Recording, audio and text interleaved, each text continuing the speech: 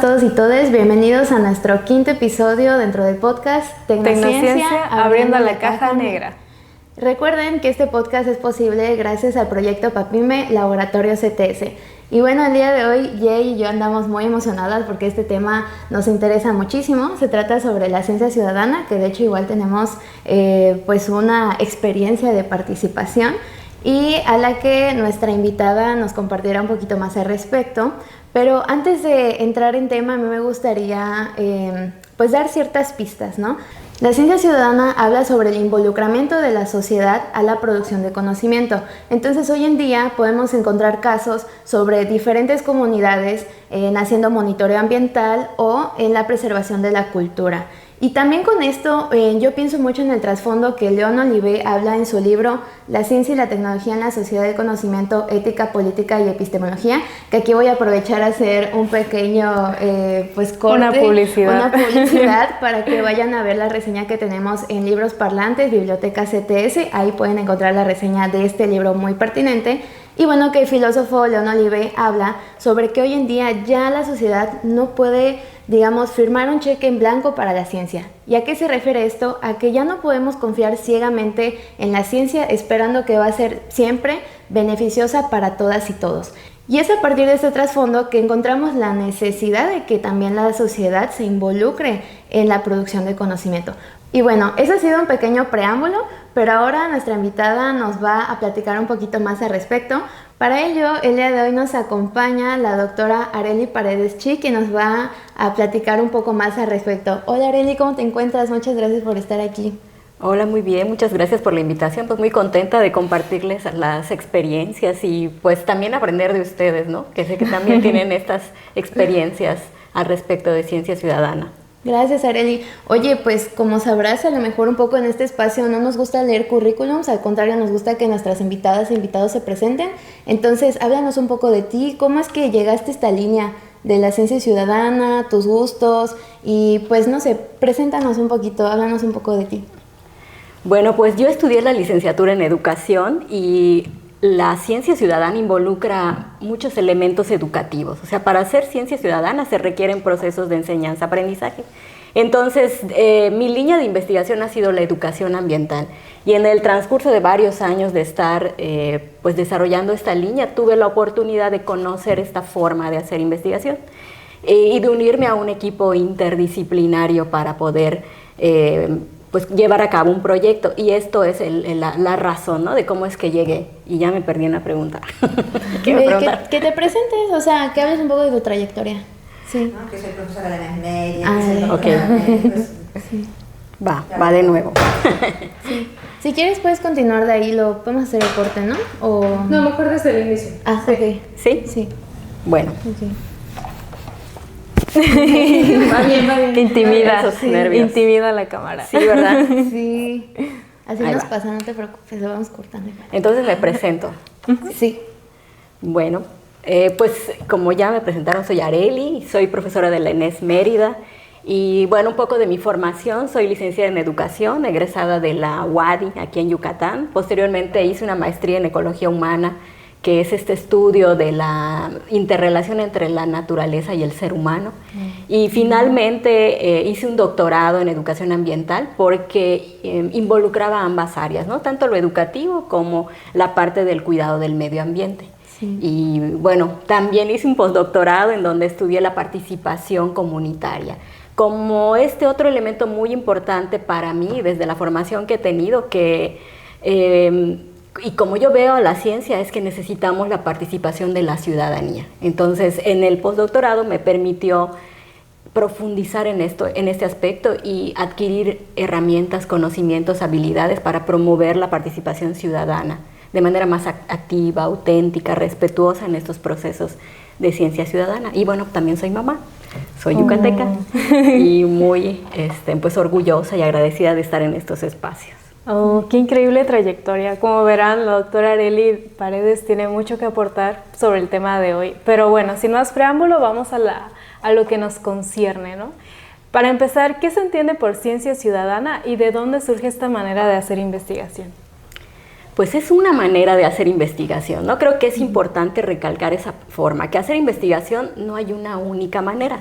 Sí compartimos un método, ¿no? El método científico, y tiene ciertos pasos, pero hay muchas formas, muchos métodos, incluso metodologías para hacer investigación. Ciencia ciudadana es una manera de hacer ciencia, en donde involucramos a personas que no necesariamente están dentro de la academia o que han tenido un doctorado o un postdoctorado, pero que sí tienen el interés auténtico, las ganas, el tiempo de generar conocimiento con nosotros. ¿Qué es hacer investigación?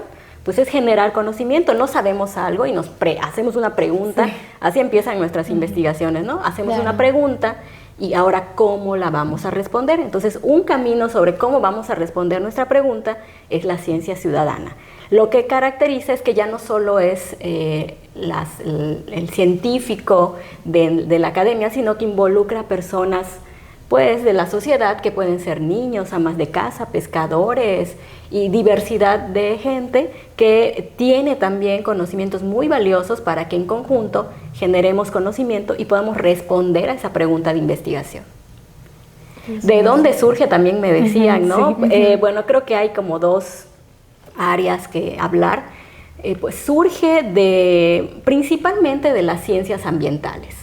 Si nosotros empezamos a buscar ejemplos de ciencia ciudadana o a leer sobre ciencia ciudadana, nos vamos a encontrar principalmente con que hay muchos ejemplos de ciencias en ciencias ambientales.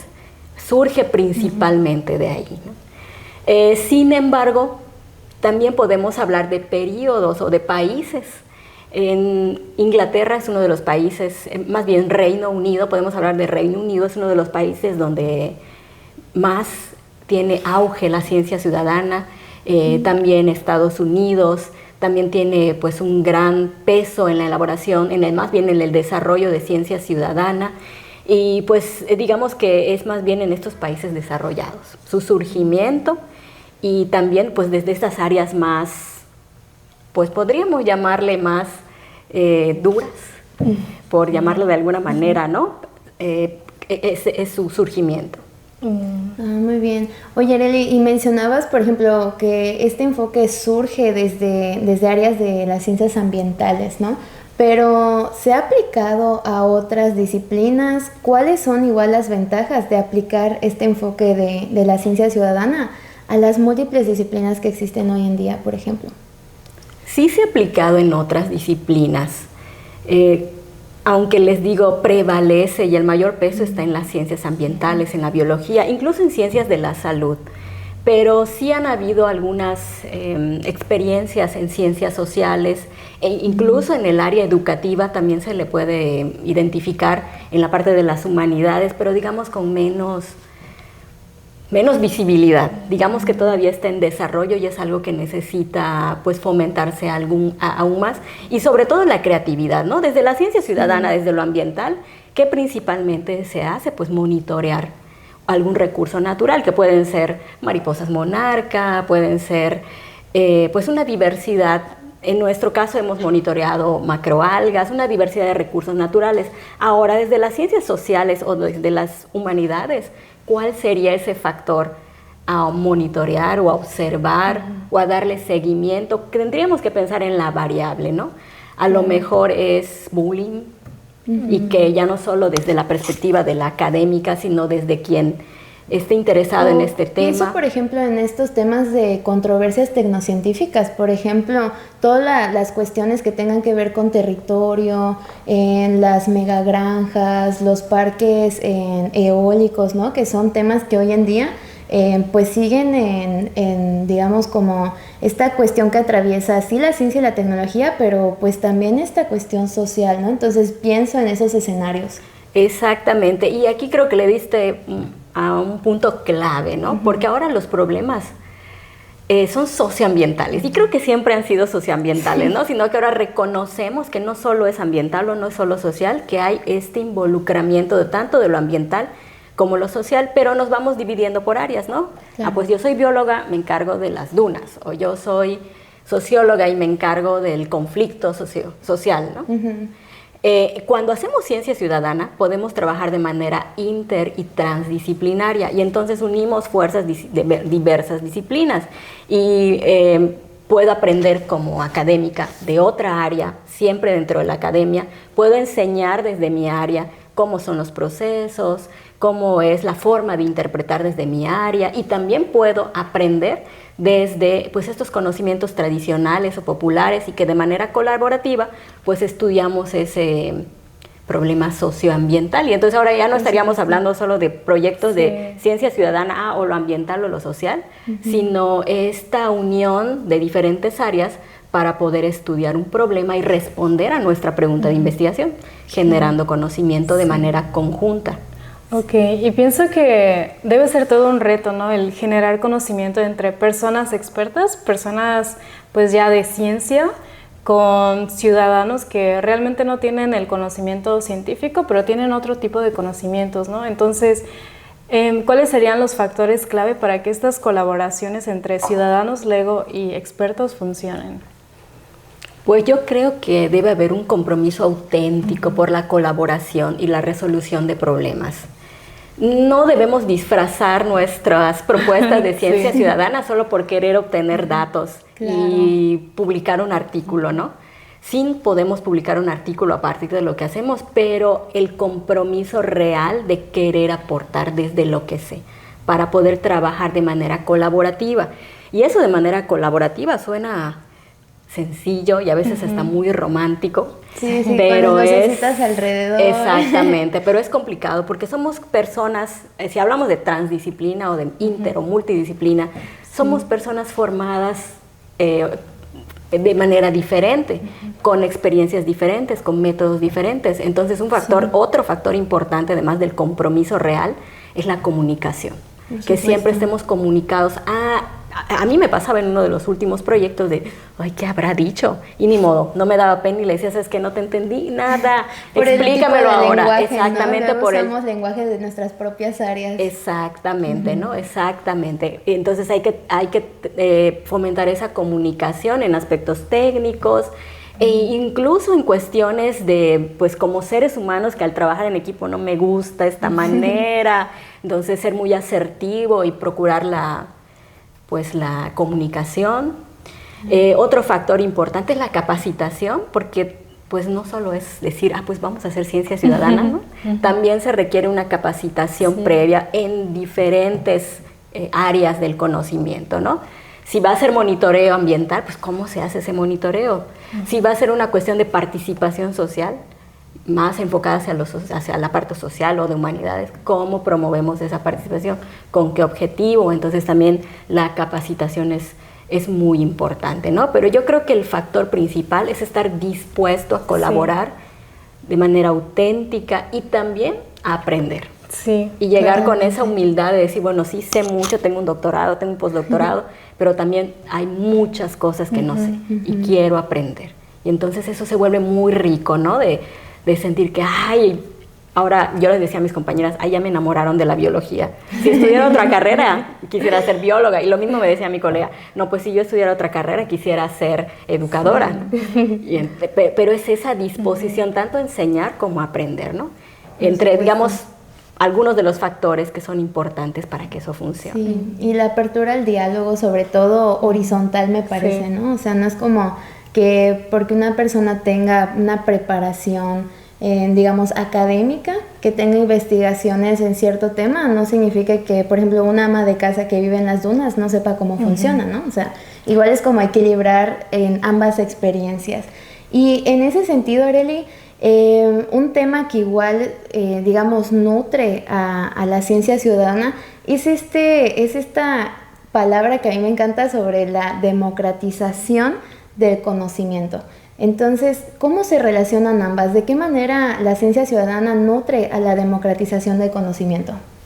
Pues es una manera, una vía de democratizar el conocimiento. ¿Y qué estamos diciendo con eso? De que el conocimiento ya no solo se quede en una biblioteca o en la academia o en estos ámbitos más rigurosos, ¿no? Que también sea de utilidad para la sociedad en general, para los ciudadanos. ¿Cómo le hacemos en ciencia ciudadana, no? Además de que nos apoyamos de procesos educativos para compartirles lo que sabemos, para darles capacitación en el tema que sabemos, digamos en este tema más específico de lo que estemos estudiando, pues nos ayudamos mutuamente, ¿no? Y ya me perdí, perdón. ¿En qué medida la ciencia ciudadana contribuye a la democratización del conocimiento? Y decías que es a partir de... procesos educativos. Sí. O sea, estabas como formulando la idea de cómo se llegaba a la democratización del conocimiento justamente. Sí. Bueno, sí, les decía que esta democratización pues es con la participación activa, porque ya las personas no solo son receptoras de conocimiento. Hay formas en las que tratamos de que llegue el conocimiento científico a las personas, pero que están limitadas a que son receptores, a escuchar, y otras que van más allá de escuchar.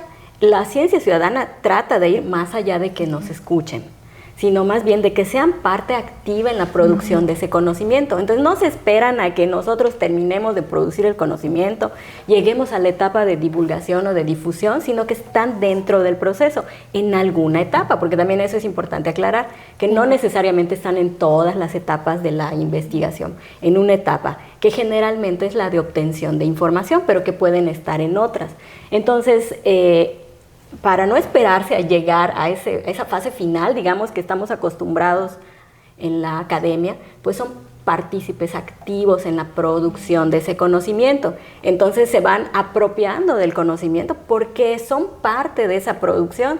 Entonces ya no les tengo que contar, sino más bien las personas me cuentan qué pasó, qué sucedió, qué no entendieron, y nos vamos retroalimentando mutuamente. Entonces apoya la democratización del conocimiento, porque hace partícipes a las personas en la generación de ese conocimiento. E incluso, pues se vuelven nuestros aliados para difundir esos resultados, ¿no?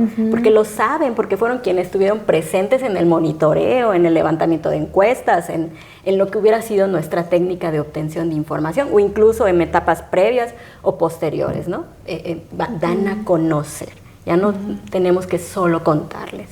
Sí, pienso que en ese sentido la ciencia ciudadana no solo contribuye a que la gente se interese, sino que les permite como empoderarse, ¿no? El decir, mira, pues yo voy a apropiarme de este conocimiento no solo porque me interesa, sino porque me beneficia, ¿no? Entonces, en ese sentido siento que la ciencia ciudadana tiene bastantes ventajas, pero también me surge una duda de desde dónde se está fomentando la ciencia ciudadana en México, ¿no? ¿Existen apoyos institucionales o financieros para este tipo de iniciativas? ¿O aún falta un mayor impulso? Y también otra pregunta, que tal vez ya sean muchas, pero ¿qué papel juega la nueva Secretaría de Ciencia, la CECITI, en esto? Pues creo que en México principalmente se está fomentando desde la academia, aunque no únicamente desde la academia, pero sí, por ejemplo, la UNAM, IPN, son instituciones importantes mexicanas que fomentan procesos de ciencia ciudadana, como fue nuestro caso, como el caso de otros colegas que han monitoreado pues, diferentes temáticas o recursos naturales.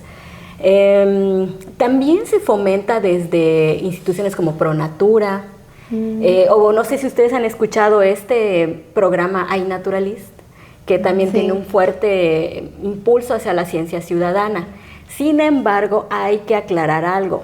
Ya dijimos, digamos de manera general, lo que es ciencia ciudadana, pero no hay una única manera de hacer ciencia ciudadana. Hay modelos de ciencia ciudadana que dependen del nivel de participación que tenga la ciudadanía. Por ejemplo, podemos encontrar que tenemos el modelo contributivo, el modelo colaborativo y el modelo co-creado. Al menos podemos hablar de esos tres. En el modelo contributivo es donde principalmente la ciudadanía participa en la obtención de datos. Un ejemplo de eso es el iNaturalist. Por eso me vino a la mente, ¿no? Cuando hablábamos de quiénes están haciendo o promoviendo ciencia ciudadana, que básicamente es invitar a la ciudadanía a obtener dato en campo, muy apoyado de recurso tecnológico, ¿no? Donde con un celular, una tableta, yo tomo foto de una serpiente o lo que fuera la temática a estudiar. Y es uno de los modelos más promovidos, incluso en el Reino Unido o en Estados Unidos, es uno de los modelos más promovidos, el contributivo. Contribuyen con dato, Con datos. Ahora, en el modelo colaborativo nos dicen los teóricos, pues movámonos de esa parte, ¿no?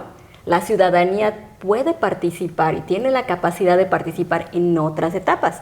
Por ejemplo, en el análisis de datos o en la divulgación y difusión de resultados. Eso dependerá de la disposición de las personas, porque también hay que entender que son gente pues ocupada, con otras prioridades, con momentos más activos o menos activos en sus vidas. Entonces dependerá, ¿no? Pero desde el modelo colaborativo nos dicen, bueno, al menos involucrémoslo en dos etapas de esos pasos del método científico, involucrémoslos en 2 etapas. Pero el modelo co-creado nos dice, no, es momento de dejar de estar diciendo que solo porque necesitamos mucho dato y tenemos poco recurso, involucremos a las personas. Hay que retomar la valía y la aportación de la ciencia ciudadana en cuanto a empoderamiento, democratización, enseñanza de las ciencias, desarrollo de habilidades, resolución de problemas en conjunto, y por eso es co-creado. ¿Y desde dónde nos indica este modelo que involucremos a las personas? Pues desde la creación de la pregunta de investigación. De decir, bueno, como grupo diverso en áreas, en experiencias, ¿qué nos preocupa? ¿Qué pregunta vamos a generar, ¿no? Pues dependerá del grupo, y entonces después de la pregunta pues vendría la hipótesis, si estamos para un método cuantitativo, si es cualitativo pues vendría nuestro supuesto, y después del desarrollo de nuestra metodología conjunta. Digamos que esas experiencias son menores, y desde las ciencias sociales podríamos vincularlo con la investigación-acción participativa. Tienen como elementos en común. Ahora, de la otra pregunta de ¿qué papel juega CECITI, la nueva secretaría, antes CONACYT?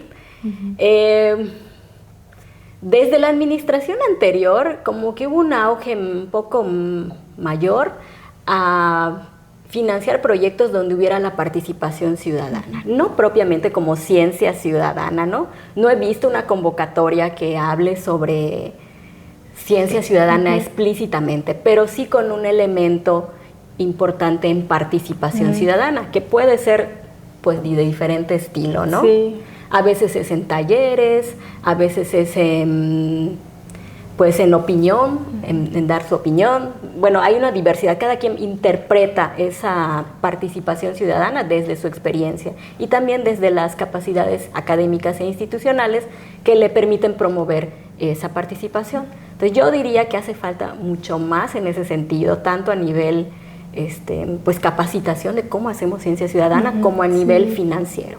Sí, claro. No tenemos el recurso, un fondo, ¿no?, que nos diga vamos a hacer ciencia ciudadana, y menos investigación-acción participativa. Sí, y entonces, como decías, las experiencias de repente por eso mismo llegan a ser como pues no tan visibilizadas o muy contadas, ¿no? Y hablando sobre estas experiencias, Arely, ya para concluir nos gustaría que nos compartas sobre esta experiencia que nos platicabas al inicio, ¿no?, sobre las macroalgas, que me parece que fue un proyecto desarrollado aquí en Yucatán, ¿es cierto? Entonces, ¿nos puedes platicar un poquito sobre eso? ¿Cuál fue tu experiencia? ¿Con quién trabajaste? A lo mejor, y también qué modelo utilizaste, ¿no? Sí, pues fue una experiencia que me ha fortalecido académicamente y personalmente. Sí. Hace 3 años yo no sabía exactamente qué eran las macroalgas, ¿no? Lo que pues la mayoría de la ciudadanía conocemos, el sargazo. Claro. Que cuando vamos al mar creemos que todo lo que está ahí es sargazo y decimos, ay, no quiero ir, ¿no? No quiero ir porque hay sargazo, hasta que tuve la fortuna de participar en este proyecto, donde aprendí que pues es parte de nuestro ecosistema marino, ¿no? Totalmente. Que incluso nos proporcionan más del 50% del oxígeno que necesitamos. ¿Dato? Imagínense, más del 50%, se dan su tirito con las plantas. No son plantas, digamos que son como un tipo primas de las plantas, pero no son plantas, tienen características estructurales diferentes, pero sí nos producen oxígeno. Y bueno, este proyecto surge a partir de esta problemática que pues se ha sufrido en el Caribe, principalmente en el Caribe mexicano, ¿no? Este arribo excesivo de material vegetal. Y digo material vegetal porque no todo lo que llega es sargazo. En el Caribe sí principalmente llega sargazo, pero no solo llega sargazo, también llega pasto marino y otras especies de macroalgas. Entonces, lo que queríamos hacer con esta investigación era primero saber cuánto llega de ese material vegetal. 3 kilos, 2 kilos, en qué temporalidad llega, ¿no? ¿Llega más en mayo? ¿Llega más cuándo llega? Y también qué tan diverso es este arribazón de material vegetal. Es decir, de esto que llega, ¿cuánto es sargazo? ¿Cuánto es jania, que es otra macroalga? ¿Cuánto es, ¿cómo era la otra? Bueno, tienen nombres tan... Sí. Existen muchas especies. Existen muchas especies. Y bueno, y nos planteamos hacer este monitoreo, este estudio, pero con la participación ciudadana. Partimos de un proyecto que ya se desarrollaba en el Museo de Historia Natural de Londres, que se llama el Big Seaweed Search, en el Museo de Historia Natural. Y lo que nosotros hicimos fue una manera de adaptación a nuestro contexto mexicano, porque no podíamos implementar tal cual, porque se imaginarán que no es lo mismo ni ambiental ni socialmente Inglaterra con México, ¿no? Entonces hicimos esa adaptación en donde lo primero que nos encontramos es que pues en Inglaterra usan mucha tecnología para hacer ese monitoreo, pero aquí nuestros posibles participantes, más bien los que fueron nuestros participantes, pues no tenían acceso a la tecnología y tampoco experiencias previas en proyectos científicos que les dieran como esa base para una participación pues activa, ¿no? Entonces, desde ahí, ahí lo monitorean y me mandan a través de una aplicación con un celular, pero acá no hay celular, no hay internet, y bueno, tuvimos que hacer adaptaciones para hacer ese monitoreo. Y bueno, y aunque partimos de un modelo contributivo, nosotros empezamos a tratar de transitar hacia lo colaborativo, porque queríamos llevar más allá de solo obtener datos, ¿no? Y bueno, hicimos algunas estrategias como que el monitoreo no solamente lo hagan los ciudadanos, sino que lo hagamos de manera colaborativa entre ciudadanos y académicas, principalmente éramos mujeres. Y fue fantástico porque fue una oportunidad de aprender y también de reforzar los conocimientos necesarios para hacer ese tipo de monitoreo. Y ahora sí que entre todos, no ponernos un estatus de, yo soy el académico y mándame tu dato, sino en conjunto vamos a obtener este dato. Lo hicimos en Puerto Morelos y en Cizal. En Puerto Morelos porque ahí sí tienen el problema del arribo excesivo, y en Cizal como un cierto comparativo de un puerto de la costa yucateca donde no tienen la problemática, pero sí tienen ese recurso natural que arriba a la orilla del mar y que era importante estudiar porque no se tiene la base para poder monitorearlas. En Inglaterra monitorean las algas como indicadoras de cambio climático, pero ya tienen muchos estudios previos, entonces pueden saber cómo ha sido el cambio a través del tiempo. En Yucatán no tenemos tantos estudios que nos permitan que sean indicadoras de cambio climático aún, pero nosotras generamos una base de conocimiento para que en el futuro, a mediano plazo y a largo plazo, sí pudieran ser indicadoras de cambio climático.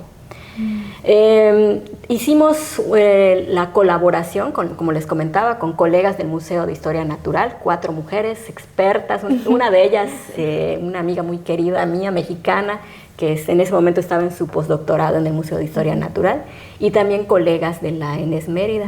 Bueno, y entre las participantes, porque les comentaba que principalmente fuimos mujeres, pues está la maestra Carmen Galindo, que fue pues clave en este proceso. Ella es experta en el estudio de macroalgas. También la doctora Erika Vázquez Delfín del CIMBESTAF, que ella es ficóloga, entonces increíble en esa identificación de las algas. Y también tuvimos la participación de estudiantes, ¿no? Tanto de la ENES Mérida como de la Universidad Autónoma de Chapingo, que llegaron a hacer estancias de investigación y estuvieron involucrados en diferentes aspectos, ¿no?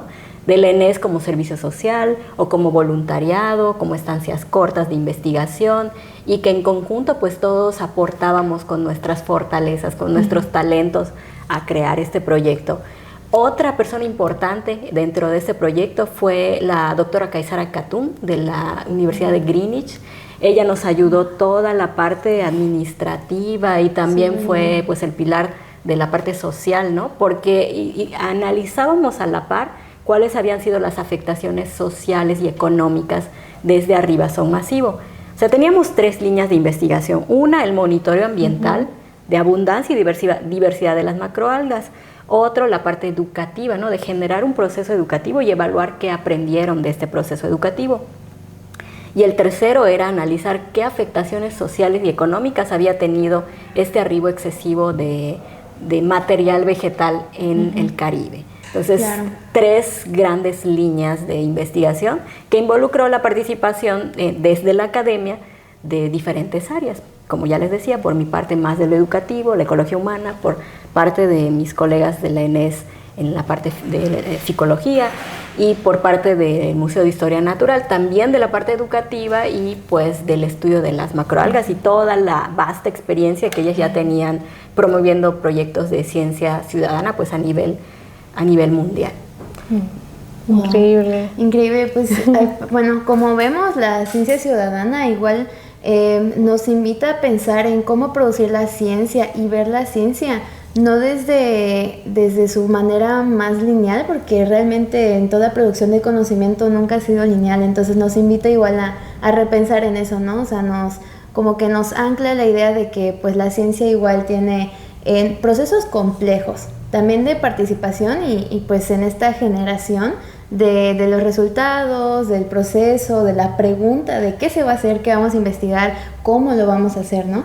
Entonces, pues sí, en general creo que la ciencia ciudadana es un tema súper interesante, es un tema que a mí y ahí nos apasiona y que incluso haciendo nuestro servicio social dentro del Observatorio Regional de Gobernanza y Políticas Públicas, pues tuvimos experiencia de una, ¿no? Que les invitamos, revisen dentro de las páginas del ORGA. Y bueno, sin más, Arely, te agradecemos muchísimo por estar aquí en este espacio, por compartirnos tu experiencia y pues todos estos datos. Para quienes nos acompañan hasta el final de este capítulo, les invitamos igual de que vengan a visitar el Fondo Reservado Ruz Menéndez, que es donde nos encontramos aquí. Si te encuentras en Mérida, Yucatán, puedes venir a visitar el complejo, sus instalaciones y por supuesto revisar todas las actividades que el CEPSIS ofrece. Entonces nos encontramos en otro episodio y nuevamente Arely, muchísimas gracias. Fue un capítulo muy bueno y esperamos que ustedes igual lo hayan disfrutado. Hasta luego. Hasta luego.